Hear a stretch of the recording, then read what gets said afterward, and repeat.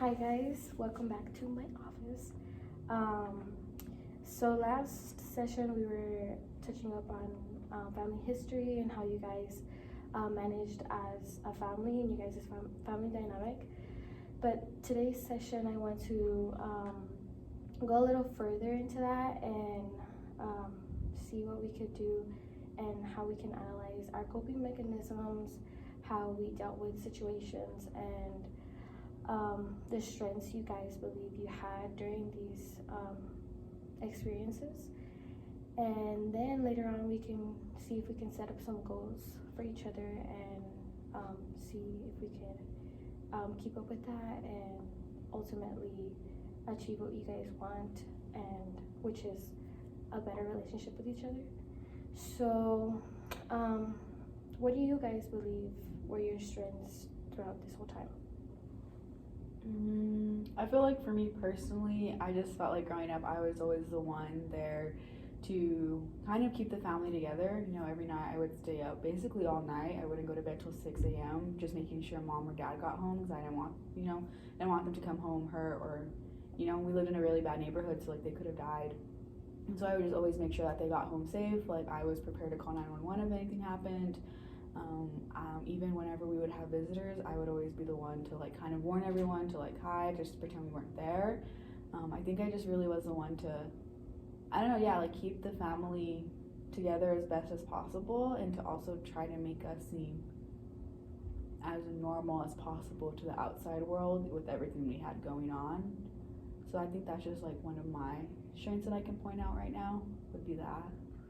I think my personal strength would be I was always honest.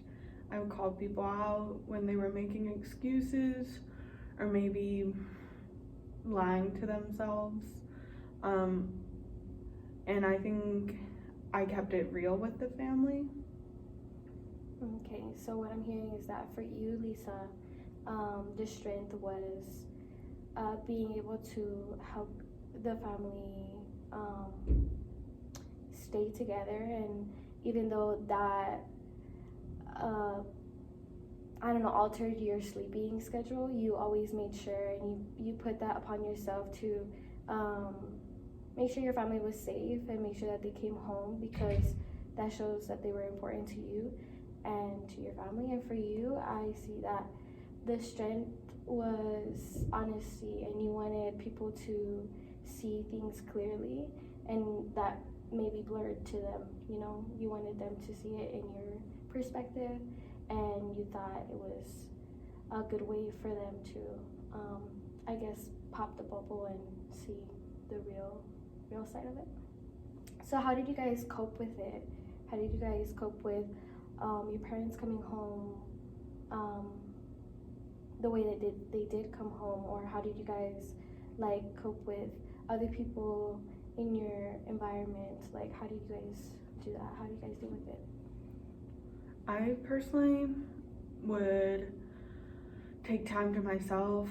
I would isolate myself a lot when things like that were happening, and I personally think I was protecting myself, because I know Liz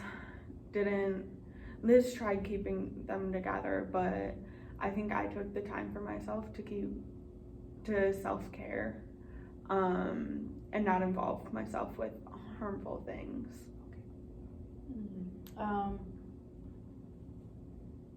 Yeah, I don't know. I agree. Definitely Lisa just always kind of isolated herself, and I feel like that's the reason why too. Like it was hard for us growing up, was just because I guess sometimes I didn't feel like I had her support through it all. I just felt like it was just me, and because she was so mad at mom and dad all the time, and I was the only one that had to show them somewhat love, because I don't know, I just want them to feel like they were the worst parents ever, because they were just doing what they could. And so but for me, I just know what I would do is I ended up eventually I found some friends in a neighborhood, 2 guys, and they had a wonderful family, and they were so open, so welcoming, and they always just let me come over, and they would feed me.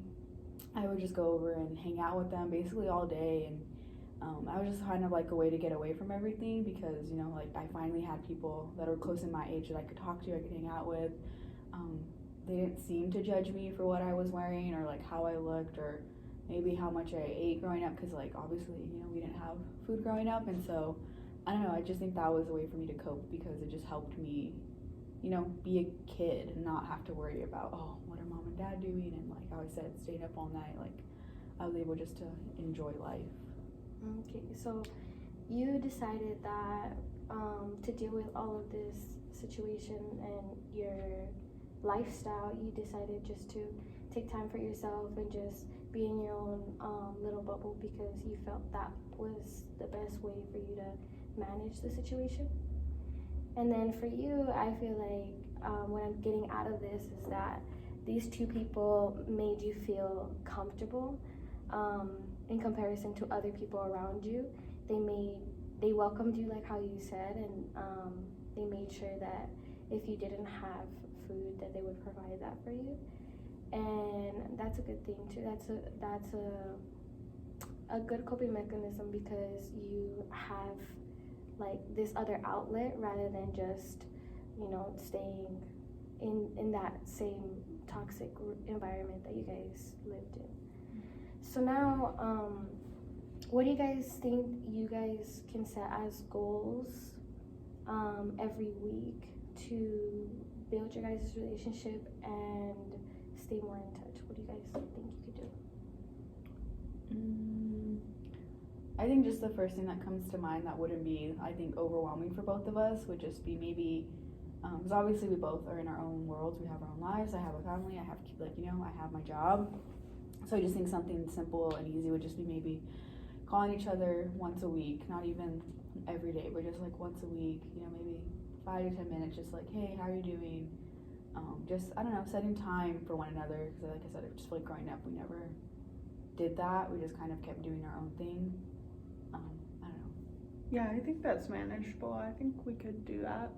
So you guys want to be able to communicate, not necessarily physically, but by phone calls?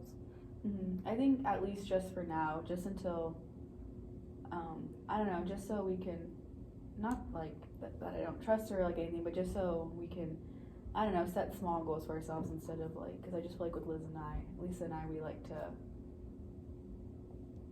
like to take slow progress rather than just like dive all into it and just like, you know, start. And like I said, we're both pretty busy, so. Yeah, I feel like we're coming back from a whole childhood of being distant, so I don't want to overdo it, because I do think it's going to take time. Yeah, I agree, and I think this is a good starting point. Phone calls can help you guys build that relationship and that trust that you guys are wanting to build. So what would be a good day for you guys to complete that?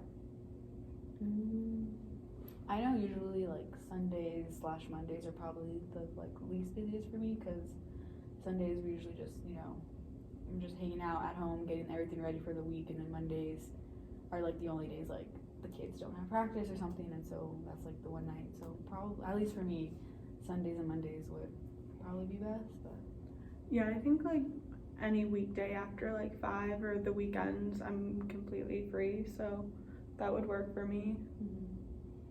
Okay, so either Monday or Sunday after 5, you guys are gonna give each other a phone call, see how you guys are doing, and just have a conversation. And that's your guys' goal for each week after this. And I feel like that's gonna help you guys progress in communicating. So our time is up, and I thank you guys for coming into my office. I hope that we can keep each other accountable with this goal and continue forward and progress in this whole dilemma. Thank you. thank you. Oh my God.